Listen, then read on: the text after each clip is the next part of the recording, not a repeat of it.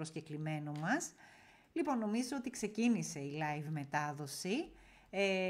Καλωσορίζουμε τον προσκεκλημένο μας. Είναι ο κύριος Δρόσος Κουτσούμπας, ο οποίος είναι στο τμήμα ωκεανογραφίας του Πανεπιστημίου Αιγαίου, εδώ στην Μυτιλήνη. Τον καλωσορίζουμε. Τι κάνετε, πώς είστε? Καλησπέρα σε εσάς και τους θεατές και ακροατές μας. Εύχομαι να είστε καλά. Χαίρομαι πολύ που είστε μαζί μας σήμερα.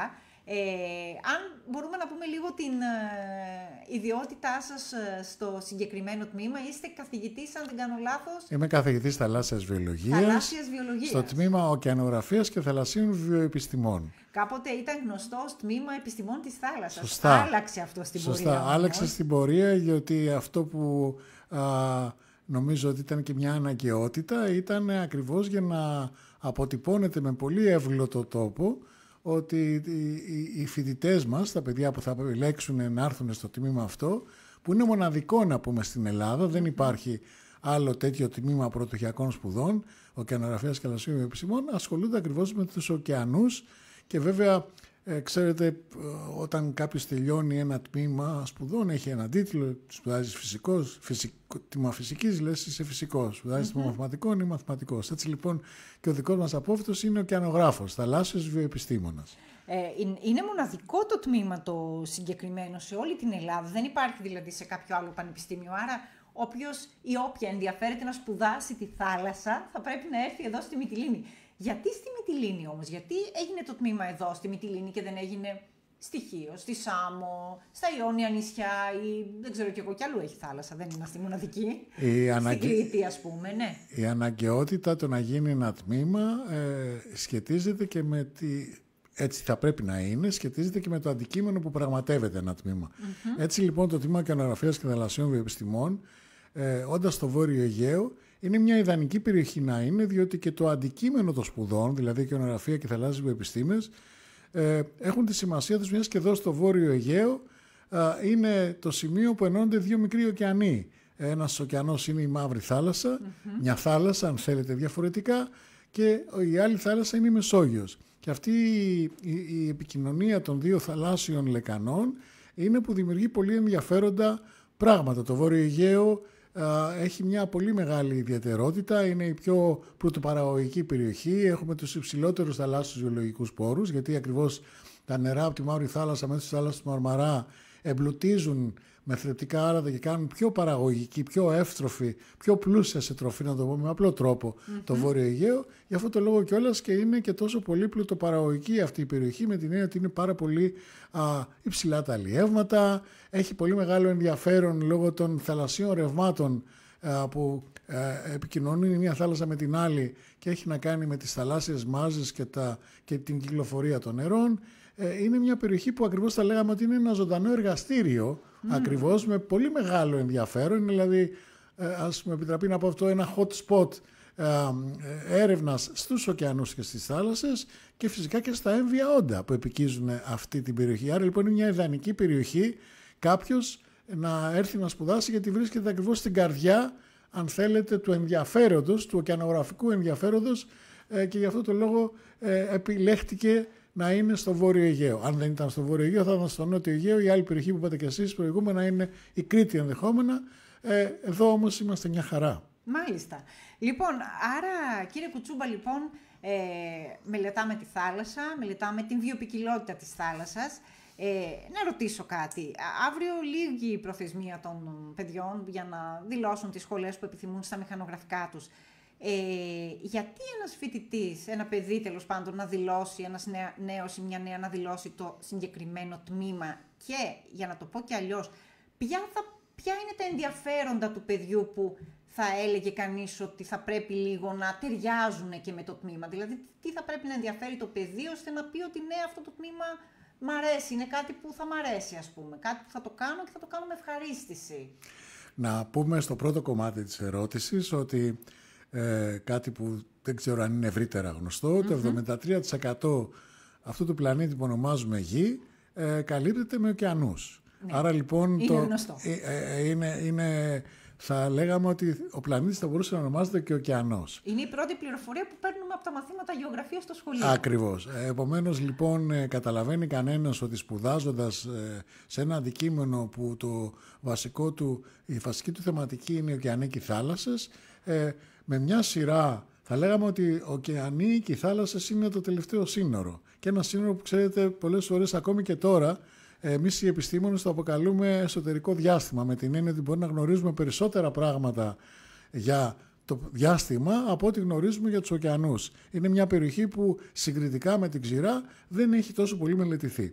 Που όμως, από την άλλη, παίζει καθοριστικό ρόλο στην ύπαρξη αυτού του πλανήτη. Ο ωκεανός και οι θάλασσες, κλιματική αλλαγή, η διαμόρφωση του κλίματος, όλα αυτά οι ωκεανοί παίζουν σημαντικό ρόλο. Επίσης, μην ξεχνάμε ότι οι ωκεανοί είναι ένα μέρος το οποίο προσφέρει πάρα πολλούς βιολογικούς πόρους.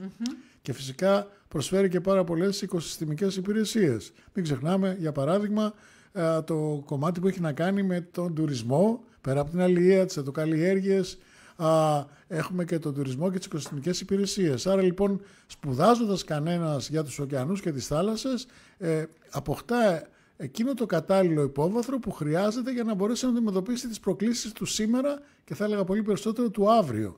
Μιας και οι επιπτώσεις είναι πλέον φανερές και στους ωκεανούς. Αυτό που είπα, το τελευταίο σύνορο.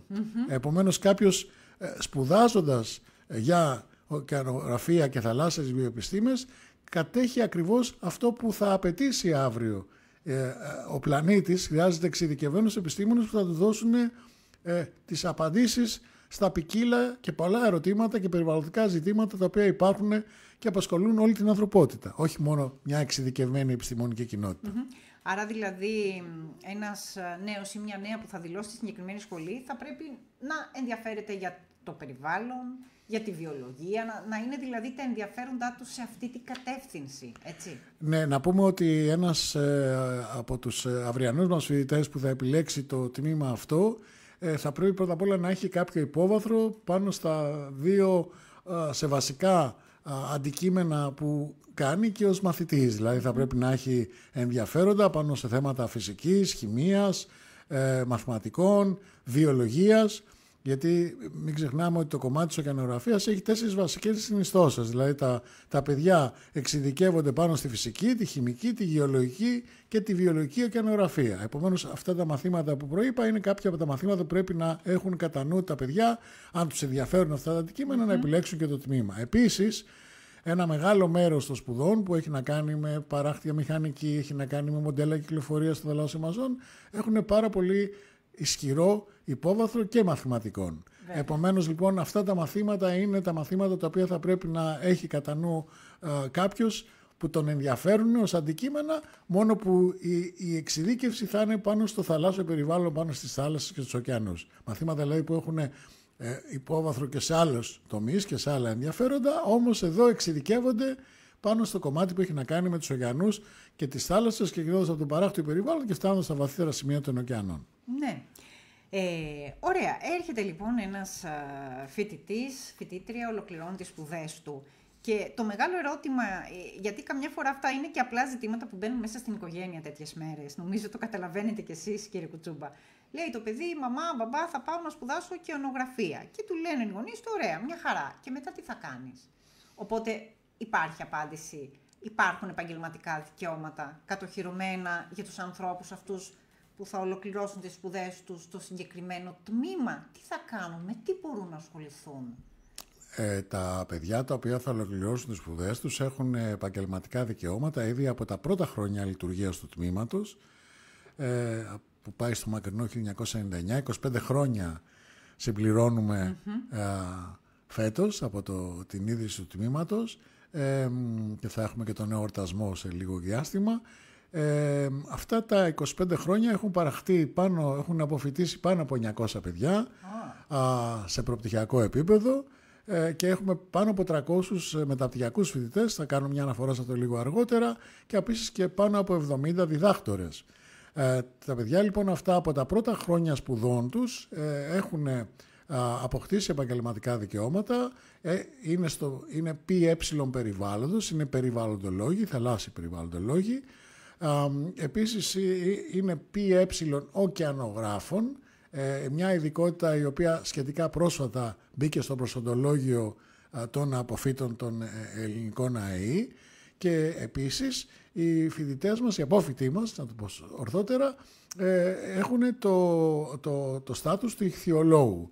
Δηλαδή ασχολούνται με οτιδήποτε έχει να κάνει με τους θαλάσσιους βιολογικούς πόρους, αλληλεία, υδατοκαλλιέργειες, εγγράφονται στο γεωτεχνικό επιμελητήριο, και είναι σε εξέλιξη και μία δραστηριότητα η οποία έχει να κάνει με τη συμμετοχή. Είναι λίγο οξύμορο, αλλά εν πάση περιπτώσει συμβαίνει μερικές φορές. Είναι σε εξέλιξη προσπάθεια να μπορούν να ενταχθούν και στην εκπαίδευση οι φοιτητές μας, οι απόφοιτοι μας ορθότερα, και αυτό γιατί ιδιαίτερα τα τελευταία χρόνια η όλη εκπαίδευση βατάει πάνω στους βασικούς άξονες, τα SDGs, τους στόχους της βιώσιμης ανάπτυξης του Οργανισμού Ηνωμένων Εθνών. Δύο από αυτούς τους στόχους θα καταλάβει κάποιος, γιατί σχετίζονται τόσο πολύ με το θέμα ωκεανογραφίας και θαλασσίων βιοεπιστημών. Ο ένας έχει να κάνει με την κλιματική αλλαγή, δράσεις δηλαδή για τη μείωση των επιπτώσεων της κλιματικής αλλαγής, και το άλλο έχει να κάνει με την ζωή κάτω από το νερό, την υποθαλάσσια ζωή. Δύο από τους 14 στόχους βιώσιμης ανάπτυξης σχετίζονται με τα αντικείμενα που σπουδάζει κάποιος στο τμήμα. Βέβαια, δεν είναι μόνο τα επαγγελματικά δικαιώματα. Αυτό που ίσως έχει σημασία να πούμε... Είναι που μπορούν να δουλέψουν. Ακριβώς. Τελικά οι άνθρωποι αυτοί. Πηγαίνοντας προς τα εκεί, να πούμε ότι οι απόφοιτοι του τμήματος ειδικεύονται πάνω σε θέματα που έχουν να κάνουν, για να αναφέρουμε και ορισμένους βασικούς τομείς ως κατευθύνσεις, αν θέλετε, στην ειδίκευση που παίρνουν οι φοιτητές μας. Έχει να κάνει με την ποιότητα του θαλάσσιου περιβάλλοντος και γεωχωρικές εφαρμογές, δηλαδή με άλλα λόγια, ποια είναι η ποιότητα του θαλάσσιου περιβάλλοντος, είναι καθαρά τα νερά κολύμβησης, υπάρχουν φαινόμενα με μέδουσες και τσούχτρες, ή υπάρχουν φαινόμενα με βλένες, γεωχωρικές εφαρμογές, δηλαδή με άλλα λόγια γεωγραφικά συστήματα πληροφοριών, η ερμηνεία των δορυφορικών εικόνων. Πλέον σήμερα οι δορυφόροι αποτυπώνουν τα ωκεανογραφικά δεδομένα. Μία άλλη, αν θέλετε, κατεύθυνση ειδίκευσης των φοιτητών μας έχει να κάνει με την θαλάσσια οικολογία, βιοποικιλότητα και τη βιολογία διατήρησης. Είναι γνωστά τα προβλήματα που υπάρχουν με απειλούμενα είδη, όπως για παράδειγμα η πείνα που κινδυνεύει να εξαφανιστεί, η μεσογειακή φώκια, η θαλάσσια χελώνα. Ένα άλλο σημαντικό κομμάτι ειδίκευσης είναι η θαλάσσια βιολογική πόρη, αλεία και υδατοκαλλιέργειες. Οτιδήποτε έχει να κάνει με τους βιολογικούς πόρους, με τα ψάρια, με τα καβούρια, με τους αστακούς, με τις γαρίδες, με τα καλαμάρια. Και επίσης τις σύγχρονες τεχνικές που παράγουμε πλέον τροφή μέσα από τις υδατοκαλλιέργειες, είναι η φυσική και η χημική ωκεανογραφία και η γεωλογική ωκεανογραφία, με τα αντίστοιχα αντικείμενα το κάθε ένα από αυτά, καθώς επίσης και οι παράκτιες εφαρμογές, δηλαδή σε θέματα παράκτιας μηχανικής, θέματα διάβρωσης παραλιών, και είναι ορισμένα από τα βασικά αντικείμενα, ειδικότητες, κατευθύνσεις, αν θέλετε, που παίρνει κάποιο από τους αποφύτους μας.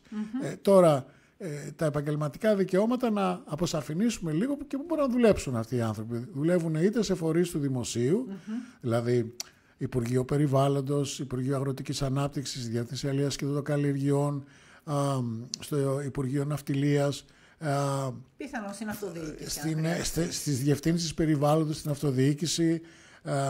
Επίσης υπάρχουν οι φορείς διαχείρισης, οι μονάδες διαχείρισης των οργανισμών φυσικού περιβάλλοντος κλιματικής αλλαγής. Πάρα πολλοί απόφοιτοι μας ήδη εργάζονται σε αυτό στο Υπουργείο Περιβάλλοντος και Κλιματικής Αλλαγής και Ενέργειας είναι ο ΦΠΚ. Επίσης υπάρχει μια μεγάλη γκάμα και στον ιδιωτικό τομέα. Αυτό πήγα να σας ρωτήσω, εντάξει ο δημόσιος τομέας, αλλά με τον ιδιωτικό τομέα τι γίνεται, πού μπορούν να εργαστούν οι άνθρωποι? Στον ιδιωτικό τομέα οι απόφοιτοι μας ως περιβαλλοντολόγοι, θαλάσσιοι περιβαλλοντολόγοι που είπα και προηγούμενα ότι έχουν το επαγγελματικό δικαίωμα, δουλεύουν σε εταιρείες μελετών περιβαλλοντικών επιπτώσεων, δουλεύουν σε μονάδες υδατοκαλλιεργειών, δουλεύουν σε συλλόγους αλλιευτικούς, δουλεύουν σε εταιρείες που κάνουν διάφορες κατασκευές στο θαλάσσιο περιβάλλον, είτε με θαλάσσια γεωλογία, είτε με δρανή υλικά, είτε με παράκτια μηχανική. Είναι επίσης ανέφερα και προηγούμενα, να πούμε, δεν ξέρω αν είναι δημόσιο ιδιωτικός τομέας, σίγουρα όμως είναι ένα αντικείμενο το οποίο ενδιαφέρει, είναι σε πάρα πολλές περιβαλλοντικές οργανώσεις, μη κυβερνητικές οργανώσεις, υπάρχει μια πληθώρα, η WWF Ελλάς, η Greenpeace, η Μέντασε, το Αρχέλων, που ασχολείται με τις θαλάσσιες χελώνες, η ΜΟΜ, τη Μεσογειακή Φώκια. Και εκεί υπάρχουν και επίσης είναι αυτό που λέμε σε αυτά στα ελληνικά, last but not least, θα πρέπει να κάνουμε μια αναφορά σε αυτό. Ένα σημαντικό κομμάτι, ποσοστό των αποφύτων μας, γιατί έχει τη σημασία του, ένα 60% των αποφύτων μας σε λιγότερο από ένα χρόνο μετά την αποφύτωση τους έχουν δουλειά. Αυτό το βλέπω εδώ έχετε κάποιο φυλάδιο με την πληροφορία και το βλέπω εδώ και μου κάνει εντύπωση. Έχετε κάποια στοιχεία, ας πούμε, που το επιβεβαιώνουν αυτό. Κρατάτε αρχείο το τι κάνουν οι φοιτητές αφού τελειώσουν. Φυσικά. Έχουμε πάντοτε σχέση με τους αποφύτους μας. Ο Σύλλογος Αποφύτων του Τμήματος Ωκεανογραφίας και Θαλασσίων Βιοεπιστημών, και έχουμε κάνει η πιο πρόσφατη διερεύνηση που έχουμε κάνει με στοιχεία 2 χρόνια πριν, 2022-2023. Πολύ πρόσφατα. Πάρα πολύ πρόσφατα. Έχουμε κάνει βέβαια και το 2013 και το 2019. Επικαιροποιούμε αυτή την έρευνα από τους ίδιους αποφύτους μας και έχουμε το feedback από αυτούς που ακριβώς εργάζονται. Να πούμε εδώ, δεν το ανέφερα, αλλά ένα σημαντικό ποσοστό αποφύτων μας εργάζεται σε ερευνητικά κέντρα, σε ερευνητικά Ινστιτούτα και ακαδημαϊκά ιδρύματα. Μόνο στο Πανεπιστήμιο Αιγαίου, για να αφαιρθούμε στο Πανεπιστήμιο Αιγαίου ως πρώτη αν θέλετε αναφορά, στο Τμήμα Ωκεανογραφίας και Θαλασσίων Βιοεπιστημών, αλλά και άλλα τμήματα του Πανεπιστημίου Αιγαίου με έδρα την Πανεπιστημιακή Μονάδα της Μυτιλήνης, εργάζονται απόφοιτοί μας σε διαφορετικά αντικείμενα. Να σας δώσω ένα νούμερο, πάνω από 60 απόφοιτοί μας εργάζονται στο δικό μας πανεπιστήμιο ως ακριβώς εξειδικευμένοι ερευνητές και επιστήμονες. Επίσης υπάρχουν 2 ερευνητικά Ινστιτούτα με πολύ μεγάλη εμβέλεια. Υπάρχει το Ελληνικό Κέντρο Θαλασσίων Ερευνών που έχει στην Αθήνα ακριβώς και στην Ηράκλειο της Κρήτης και στη Ρόδο. Πάνω από 70 εκεί εργαζόμενοι είναι απόφοιτοι δικοί μας. Όπως επίσης και το άλλο ερευνητικό Ινστιτούτο που υπάρχει, που είναι το Ινστιτούτο Αλληλευτικής Έρευνας, που ανήκει στο Ελγό Δήμητρα και είναι στη Νέα Πέραμο στην Καβάλα. Έχουμε περίπου τους 40 εκεί επιστήμονες οι οποίοι είναι απόφοιτοι του δικού μας τμήματος. Για να μην αναφερθώ βέβαια και σε πάρα πολλούς φορείς, είτε ερευνητικά Ινστιτούτα, είτε ακαδημαϊκά ιδρύματα που υπάρχουν και στο εξωτερικό. Παράγουμε αποφύτους που έχουν ένα brand name, ξέρετε, ο ωκεανογράφος είναι ένα παγκόσμιο επάγγελμα που οπουδήποτε, αυτό φαίνεται και από τα διάφορα ντοκιμαντέρ που παρακολουθεί ο κόσμος, έτσι, πάρα πολλοί από τους αποφύτους μας εργάζονται στην Ευρώπη, είναι καθηγητές σε πανεπιστήμια, είναι ερευνητές, δουλεύουν σε ιδιωτικές εταιρείες μελετών περιβαλλοντικών επιπτώσεων, δουλεύουν στις χώρες, στον Περσικό κόλπο,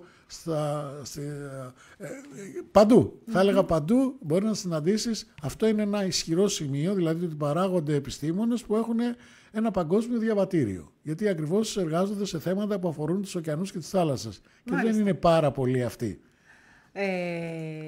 Και φαντάζομαι ότι το πρόγραμμα σας είναι, το πρόγραμμα σπουδών είναι τετραετές, έτσι. Μπορούμε Σωστά. να πούμε κάποια πιο εξειδικευμένα πράγματα ίσως για το πρόγραμμα σπουδών, τα αντικείμενα που ασχολούνται οι φοιτητές, ίσως κάποιες εξειδικεύσεις που υπάρχουν στην πορεία των σπουδών. Υπάρχουν 2 βασικοί που καθορίζονται και από το όνομα του τμήματος. Το ένα είναι η ωκεανογραφία, το οποίο τα παιδιά έχουν μια σειρά από μαθήματα, φυσική, χημική ωκεανογραφία, γεωλογική ωκεανογραφία, θαλάσσια γεωλογία, βιολογική ωκεανογραφία, όπου μαθαίνουν στα μαθήματα αυτά, που είναι μαθήματα από το δεύτερο έτος σπουδών και μετά, είναι δηλαδή μαθήματα κατεύθυνσης αν θέλετε, γιατί στο πρώτο χρόνο σπουδών έχουμε μαθήματα υποδομής, ως μια σύνδεση μεταξύ της δευτεροβάθμιας εκπαίδευσης και της δευτεροβάθμιας εκπαίδευσης. Στα μαθήματα λοιπόν της ωκεανογραφίας, δυναμική ωκεανογραφία, κλιματική αλλαγή και ωκεανή, ανέφερα και προηγούμενα ορισμένα παραδείγματα, μαθαίνουν όλες εκείνες τις διεργασίες που αφορούν τους ωκεανούς. Στο δεύτερο κομμάτι, δηλαδή το κομμάτι που έχει να κάνει με τις θαλάσσιες βιοεπιστήμες, τα μαθήματα εκεί και οι κατευθύνσεις που έχουν να κάνουν με αυτό που λέει και το όνομα θαλάσσιες βιολογικές επιστήμες. Δηλαδή κάνουν μαθήματα όπως θαλάσσια βιολογία, θαλάσσια οικολογία, θαλάσσια βιοποικιλότητα, βιολογία διατήρησης, ηχθειολογία, υδατοκαλλιέργειες, διαχείριση μονάδων των υδατοκαλλιεργειών, υδροακουστική τεχνολογία και θαλάσσια κοιτόδη. Είναι ορισμένα από τα μαθήματα στις δύο μεγάλες, αν θέλετε, κατευθύνσεις που έχει το τμήμα Ωκεανογραφία και Θαλάσσιες Βιοεπιστήμες. Φαντάζομαι ότι ένα τέτοιο τμήμα διαθέτει και ενδιαφέροντα εργαστήρια, κύριε Κουτσούμπα, φαντάζομαι, και ερευνητικό έργο παράγει, έτσι. Φαντάζομαι, είμαι σίγουρη, και εδώ στη Λέσβο κιόλας έχουμε δει πολλές φορές που μελέτες και έρευνες δικές σας, του τμήματος δηλαδή, οι οποίες αφορούν και τη θάλασσα, αυτή καθ' αυτή, αλλά και το παράκτιο περιβάλλον. Ευχαριστώ για αυτή την επισήμανση, γιατί πραγματικά εμείς και από τη φύση του αντικειμένου των σπουδών, το Τμήμα Ωκεανογραφίας και Θαλασσίων Βιοεπιστημών, όπως λέγεται το όνομά του, δεν μπορείς να κάνεις θεωρητικά, πρέπει να έχεις το ίδιο το μέσο. Πρέπει να πας στη θάλασσα με κάποιο τρόπο. Ακριβώς. Έχουμε λοιπόν, και νομίζω ότι είναι ένα από τα πολύ δυνατά σημεία του προγράμματος σπουδών μας, ότι οι φοιτητές μας ήδη από το πρώτο έτος σπουδών έχουν στη διάθεσή τους έναν άρτιο επιστημονικό εξοπλισμό για να μπορέσουν να εξειδικευτούν όχι στη θεωρία και στην αίθουσα την πανεπιστημιακή, αλλά στη θάλασσα. Έχουμε 3 ωκεανογραφικά σκάφη, ένα μικρότερο που κάνει εργασίες σε πιο κοντινές σημεία προς την πιο παράκτιο περιβάλλον. Έχουμε ένα σκάφος ήδη από τα πρώτα χρόνια, το 2002, ίδρυση του τμήματος, το οποίο είναι το Αμφιτρίτη και με το οποίο εκπαιδεύονται ήδη από το πρώτο έτος σπουδών τους οι φοιτητές, και έχουμε και ένα σύγχρονο απόκτημα, ένα νέο σκάφος, το Ωκεανής, το οποίο έχει μάλιστα επιχειρησιακή δυνατότητα 300 ναυτικά μίλια, δηλαδή μπορεί να πάει παντού. Και δεν μας ακούν και μας βλέπουν μόνο στο Βόρειο Αιγαίο ή στη Μυτιλήνη, μας βλέπουν σε όλη την Ελλάδα, γιατί η έρευνα που κάνουμε είναι έρευνα που καλύπτει διαφορετικά αντικείμενα, είτε αυτό αφορά γνώσεις του θαλάσσιου περιβάλλοντος, δηλαδή πώς λειτουργεί το Αιγαίο, επίσης διερεύνηση προβλημάτων που σχετίζονται με τη ρύπανση, μικροπλαστικά, πλαστικά, ρύπανση που την καταγράφουμε, αυτό αναφέρθηκα και προηγούμενα, μέσω την αξιοποίηση των δορυφορικών εικόνων και την δορυφορική ωκεανογραφία και τηλεπισκόπηση, όπου έχουμε επίσης χρήση τα τελευταία χρόνια ενός πολύ καλού στόλου από drones για να κάνουμε μελέτες σε ρηχά νερά με τα drones, όπως επίσης έχουμε και τη δυνατότητα να έχουμε υποβρύχια τηλεκατευθυνόμενα οχήματα, ROVs είναι ο αγγλικός όρος, όπως επίσης και αυτόνομα τηλεκατευθυνόμενα οχήματα τύπου glider, τα οποία έχουν τη δυνατότητα, είναι, φανταστείτε, σαν μια τορπίλη η οποία χειρίζεται, ξέρετε, αυτός ο εξοπλισμός ο ωκεανογραφικός τον έχει μόνο το Ελληνικό και το Θαλασσιαίο Ερευνητικό Κέντρο. Όχι ένα ακαδημαϊκό ίδρυμα, δεν το συναντάς δηλαδή εύκολα. Έχουμε δηλαδή και τα μέσα, τα πλωτά, αλλά και τον εξειδικευμένο ωκεανογραφικό εξοπλισμό για να κάνουμε πραγματικά high-tech, state-of-the-art έρευνα στο θαλάσσιο περιβάλλον. Και επίσης να πούμε ότι αυτό, μίλησα για τη θάλασσα εγώ, αλλά μην ξεχνάμε ότι έχουμε και άρτια εξοπλισμένα εργαστήρια βιολογίας, γεωλογίας, χημείας, μικροβιολογίας, υδατοκαλλιεργειών, τα οποία έχουν και τον αντίστοιχο εργαστηριακό εξοπλισμό για να κάνει τις αναλύσεις πλέον όταν θα πάρεις τα δείγματα και τις μετρήσεις από το περιβάλλον. Άρα θεωρώ ότι ένας νέος ή μια νέα που θέλει να σπουδάσει στη θάλασσα αντιλαμβάνεται ότι υπάρχουν εργαστήρια, υπάρχει εξοπλισμός τελευταίας τεχνολογίας. Οπότε, ακριβώς. Και κάτι ακόμη σημαντικό. Ό,τι μαθαίνει το βλέπει στην πράξη. Έτσι, και κάτι ακόμη σημαντικό νομίζω. Εδώ το τμήμα από τα πρώτα χρόνια ίδρυσής του, ο στόχος που έβαλε είναι στο κέντρο του κόσμου. Μπορεί να είμαστε στην εσκατιά της Ευρώπης, στην περιφέρεια, όμως η θεώρηση που έχουμε, το ερευνητικό δυναμικό, το ακαδημαϊκό δυναμικό, είναι ότι είμαστε στο κέντρο του κόσμου. Τι θέλει να πω με αυτό? Θέλει να πω ότι έχουμε ερευνητικές συνεργασίες με πάνω από 300 ιδρύματα, ερευνητικά κέντρα, ακαδημαϊκά ιδρύματα, το Οργανισμό Ηνωμένων Εθνών, το Δίκτυο των Θαλάσσιων Προστατευόμενων Περιοχών και πολλά άλλα, όπου το τμήμα συμμετέχει. Τρέχουμε και διεκδικούμε πόρους από ερευνητικά προγράμματα με χρηματοδότηση από την Ευρωπαϊκή Ένωση και εθνικά κονδύλια, και αυτό μας δίνει τη δυνατότητα όχι μόνο να έχουμε πολύ περισσότερους πόρους και άρα να παίρνουμε και εξοπλισμό και να προσφέρουμε, αλλά επίσης να προσφέρουμε τελευταίας, αν θέλετε, αυτό που λέμε state of the art γνώσεις. Γιατί όταν συμμετέχει σε ερευνητικά προγράμματα που είναι στην αιχμή και στην πρωτοπορία, αν θέλετε, των προβλημάτων που αντιμετωπίζουν οι ωκεανοί, είναι αντιληπτό ότι οι γνώσεις αυτές μεταφέρονται και στα ίδια τα παιδιά. Και όχι μόνο αυτό, αλλά οι ίδιοι φοιτητές μας, τα προγράμματα δεν τα υλοποιεί ένας καθηγητής, τα υλοποιούν οι ίδιοι οι φοιτητές μας. Πολλοί προπτυχιακοί φοιτητές ανεβαίνουν πάνω σε ερευνητικά σκάφη, πηγαίνουν στα ερευνητικά προγράμματα τα οποία υλοποιούμε στο εξωτερικό, ακόμη όταν είναι προπτυχιακοί φοιτητές και πολύ περισσότερο και μετά που είναι και μεταπτυχιακοί φοιτητές. Θέλω να πω δηλαδή ότι τα παιδιά τα ίδια μέσα από τη διεκδίκηση πόρων από ερευνητικά προγράμματα γίνονται ακριβώς, αξιοποιούν αυτή την ατραπό που τους δίνεται από το επιστημονικό δυναμικό του τμήματος. Επιτρέψτε μου να πω εδώ κάτι ακόμη που νομίζω ότι θα έπρεπε και εγώ ως γονιός, πάντοτε το λέω σε μικρότερα παιδιά και στους γονείς τους, ότι θα πρέπει η επιλογή να γίνεται πάρα πολύ και με ένα κύριο γνώμονα ποιος είναι ο δάσκαλος. Αν με επιτρέπετε η έκφραση. Και ποια είναι η ποιότητα του παρεχόμενου εκπαιδευτικού έργου. Εμείς έχουμε την τύχη, και μέσα από το σχεδιασμό που έχουμε κάνει, από την αρχή που ιδρύθηκε το τμήμα, να έχει, επιτρέψτε μου να κάνω μια αυτοαναφορά για το τμήμα εννοώ, έχει ένα πολύ σημαντικό, πολύ ικανό ανθρώπινο επιστημονικό δυναμικό, το οποίο έχει διάκριση σε παγκόσμιο επίπεδο. Να σας πω ότι 6 συνάδελφοι από τους λίγους που είμαστε 19 μέλη ΔΕΠ, δηλαδή καθηγητές και άλλοι 10 που είναι εκπαιδευτικό προσωπικό, ΔΥΠ, ΤΕΠ, τεχνικό διδακτικό προσωπικό, είναι στο 2% των επιστημόνων στην ειδικότητά τους παγκοσμίως. Ναι. Και ένας συνάδελφος είναι στο 1%. Άρα μιλάμε για αριστεία. Βρισκόμαστε ακριβώς σε ένα χώρο, σε ένα ίδρυμα, σε ένα τμήμα που έχει υψηλής ποιότητας και στάθμης επιστημονικό δυναμικό και καταλαβαίνετε ότι αυτό περνάει, έχει σημασία ποιος το διδάσκει και κατά πόσο μέσα από το επιστημονικό έργο αυτό τυχάνει αναγνώριση σε παγκόσμιο επίπεδο. Και μετά το πτυχίο υπάρχει δυνατότητα ένας φοιτητής, μια φοιτήτρια να συνεχίσει με κάποιο μεταπτυχιακό. Έχετε κάποια ενδιαφέρον, κάποια μεταπτυχιακά προγράμματα που έχουν ενδιαφέρον, πάνε δηλαδή τις σπουδές ένα βήμα παρακάτω? Ναι, έχουμε ήδη από το 2002, το 1999 δημιουργήθηκε το τμήμα, ήδη από το 2002 ξεκίνησε και λειτουργεί, τώρα 23 χρόνια, το πρώτο μας μεταπτυχιακό που είναι ολοκληρωμένη διαχείριση παράκτιων περιοχών. Ακριβώς επειδή η παράκτια ζώνη που επικίζεται και ιδιαίτερα στη Μεσόγειο από τόσα εκατομμύρια ανθρώπους έχει και τα μεγαλύτερα προβλήματα.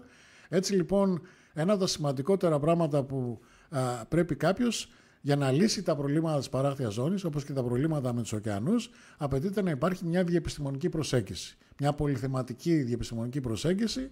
Έτσι λοιπόν τα θέματα της διαχείρισης της παράκτιας ζώνης, σε ποια σημεία θα μπουν οι διάφορες ανθρωπογενείς δραστηριότητες, πώς θα πρέπει να σκεφτόμαστε υπό το πρίσμα της βιώσιμης ανάπτυξης, ποια εργαλεία χρησιμοποιούμε για να δούμε ποιες πολιτικές και ποια σημεία θα εφαρμόσουμε για την ορθολογική διαχείριση της παράκτιας ζώνης και των πόρων που αυτή φιλοξενεί, είναι το αντικείμενο αυτού του μεταπτυχιακού. Ήδη περισσότεροι από 300 μεταπτυχιακοί φοιτητές έχουν τελειώσει αυτό το μεταπτυχιακό σε διαχείριση παράκτιων περιοχών. Να πούμε ότι αυτό έχει τη δυνατότητα, είναι υβριδικό μεταπτυχιακό, δηλαδή δίνει τη δυνατότητα να το κάνει και κάποιος ένα σημαντικό του μέρος εξ αποστάσεως. Δηλαδή έρχονται τα παιδιά ένα διάστημα με φυσική παρουσία εδώ, κάνουν και ασκήσεις στο περιβάλλον, στη θάλασσα, εξειδικεύονται στον επιστημονικό εξοπλισμό, αλλά ένα σημαντικό μέρος γίνεται εξ αποστάσεως, διαδικτυακά δηλαδή.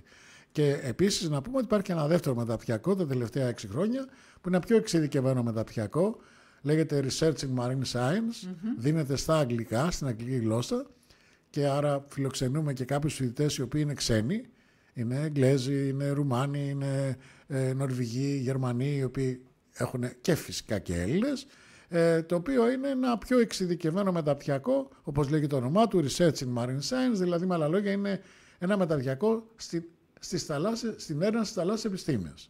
Επομένως, τα παιδιά έχουν και αυτή τη δεύτερη επιλογή. Αυτό συνήθως είναι μεταπτυχιακό που το επιλέγουν τα παιδιά τα οποία θα ήθελαν να κάνουν και διδακτορικές σπουδές στη συνέχεια. Μάλιστα. Γιατί είναι ένα πρώτο στάδιο αυτό το μεταπτυχιακό για να συνεχίσει κάποιος να κάνει διδακτορική διατριβή. Είπα και προηγούμενα κάποια στιγμή, να το επαναλάβω, ότι έχουμε και περίπου 70 διδάκτορες. Πολλοί από τις διδάκτορές μας είμαστε περήφανοι, είναι και οι ίδιοι πλέον συνάδελφοί μας σε ακαδημαϊκά ιδρύματα του εσωτερικού ή του εξωτερικού, σε ερευνητικά κέντρα. Είναι παιδιά που ολοκλήρωσαν τις σπουδές τους εδώ. Ακριβώς. Στο τμήμα επιστημών της θάλασσας τότε. Το τωρινό ωκεανογραφίας και θαλασσίων βιοεπιστημών. Είναι ορισμένα από τα στοιχεία εκείνα, ξαναλέω και πάλι, αν θέλετε, όπως αναφέραμε και στο ξεκίνημα αυτής της κουβέντας, ότι γιατί να σπουδάσω ωκεανογραφία, είναι το τελευταίο σύνορο. Αξίζει να αποκτήσω εκείνες τις γνώσεις για να δώσω τις απαντήσεις που σίγουρα η ανθρωπότητα χρειάζεται. Είναι μια απέτηση. Δείτε, πέρυσι η χώρα μας φιλοξένησε το Our Ocean Conference, ένα συνέδριο για τους ωκεανούς. Είχαμε 3.500 ανθρώπους από όλο τον πλανήτη, 170 χώρες, έτσι ακριβώς για να συζητήσουν για θέματα και το τι πρέπει να κάνουμε σήμερα πριν χαθεί. Έχει αρχίσει να χτυπάει το καμπανάκι. Έτσι, η τροπικοποίηση της Μεσογείου δεν είναι θεωρητικό σενάριο. Δηλαδή, η Μεσόγειος γίνεται μια τροπική θάλασσα, αυξάνει τη θερμοκρασία της θάλασσας με όλα τα προβλήματα που δημιουργούνται. Η εξαφάνιση ειδών, απειλούμενα είδη, είναι κάτι που είναι εδώ. Η μείωση των βιολογικών πόρων είναι εδώ. Η διαβρώση των παραλιών και τις επιπτώσεις του τουρισμού είναι εδώ. Άρα, αξίζει κάποιος σε αυτά που πρέπει να δώσουν απαντήσεις σε εξειδικευμένοι επιστήμονες, να πει να γιατί θα σπουδάσω ωκεανογραφία και θαλάσσιες βιοεπιστήμες. Μάλιστα. Σας ευχαριστούμε πολύ. Να είστε καλά. Ολοκληρώνουμε την